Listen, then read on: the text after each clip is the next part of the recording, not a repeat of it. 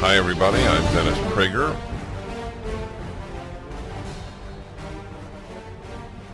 Did you know that the United States, since Roe v. Wade, has had the most liberal, or if you will, left-wing views and laws on abortion in the world? So let's compare America to Europe. When you see all this hysteria from the Democrats, which is, I think, not completely, but largely politically inspired, they seem to be facing a calamity in November, and they see this as their way out. Vote for us and not the woman-suppressing Republicans. By the way, in every poll I have seen, more women are pro-life than men. I'd like you to hear a video that Prager University put out years ago by Alicia Krause, and it's titled, "Who's More Pro-Choice, Europe or America?" And I would ask you to send this to, it's free of course, I would ask you to send this to every person who thinks that a calamity has just or will just take place.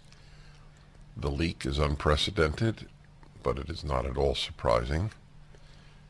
There are no rules in the world of the left if it can advance a leftist cause.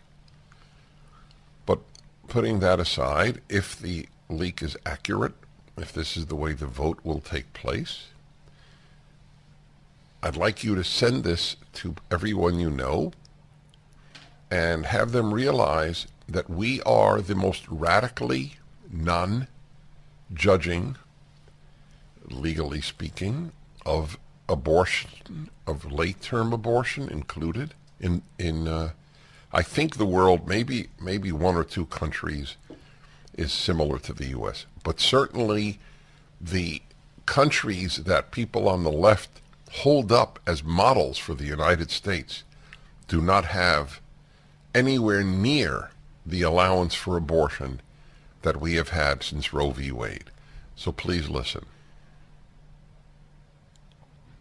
American progressives look to Western Europe as the model of what America should be. So here's an area of European social policy that progressives will definitely want to examine more closely: Europe's attitude toward abortion. It happens to be much more restrictive than that of the United States. That's right. Western Europeans, as progressive and secular as they are, have a much more conservative attitude about abortion than American progressives do. Here is what Emily Matcher wrote in the Atlantic magazine in 2013. Quote, "I assumed that Western Europe would be the land of abortion on demand, but as it turns out, abortion laws in Europe are both more restrictive and more complicated than that. Waiting periods, decried by American pro-choicers as unreasonably burdensome, are common." Close quote. In Germany, for example, nearly all abortions are illegal after 12 weeks.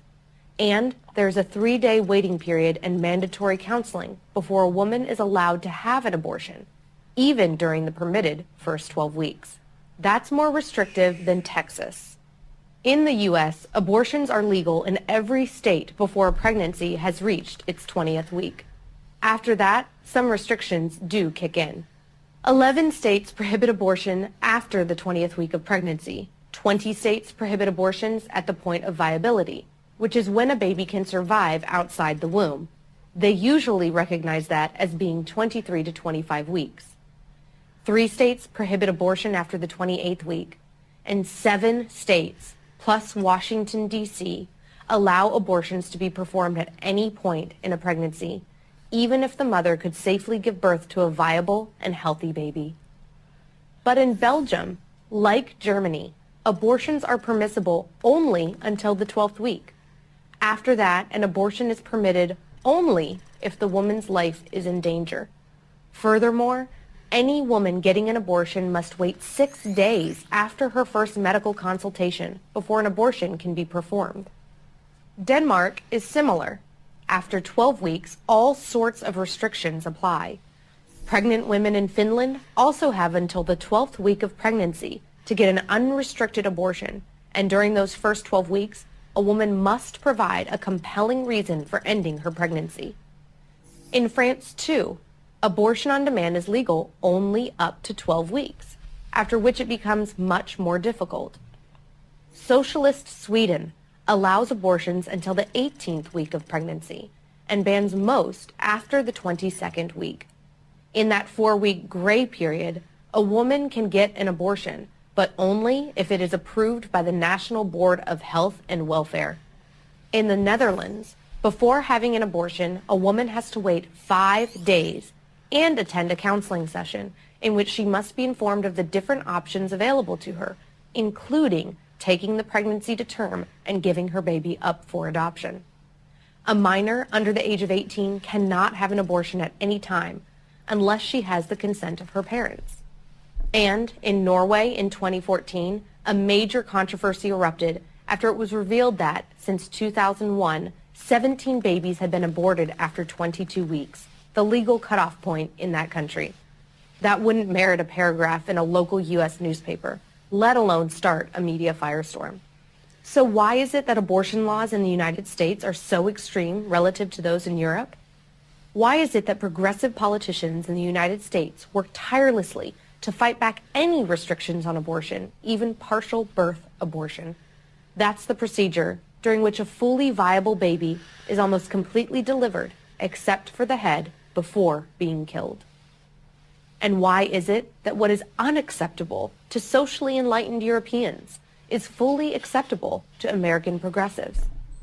Europeans seem to recognize that abortion is a complex moral issue, that ending a life after a certain point in a pregnancy does not reflect well on a society. Why is it so hard for American progressives to recognize the same? I'm Elisha Krauss for Prager University.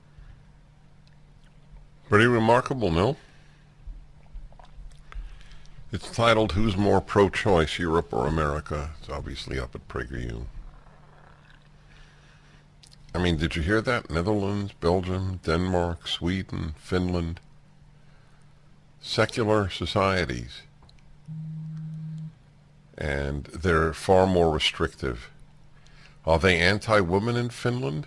Is Finland notorious for misogyny?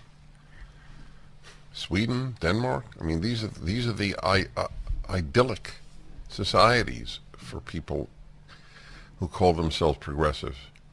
This is why, by the way, in Europe, including France, I mean, it was astonishing. Of course, like many big stories, in the onslaught of hysteria over so many issues, it's lost. But Macron decried the importation of American woke values into France. For the first time in American history, America is an exporter, a net exporter of despicable ideas. Even the radically secular government of France, laicization is the term they use, the removal of any vestige of public religiosity. You can do what you want privately, but they want it to be a secular society. That's what I keep telling you. You don't need God and religion. And I am saying this as a God-centered religious man. But you don't need God and religion to tell you that abortion for no other reason than the woman doesn't want the baby is moral at all times. I mean, why is that not obvious? I don't have an answer. I don't know. Why is it not obvious? Is she getting rid of a pimple? The language of pro-choice is let a woman remove a pimple.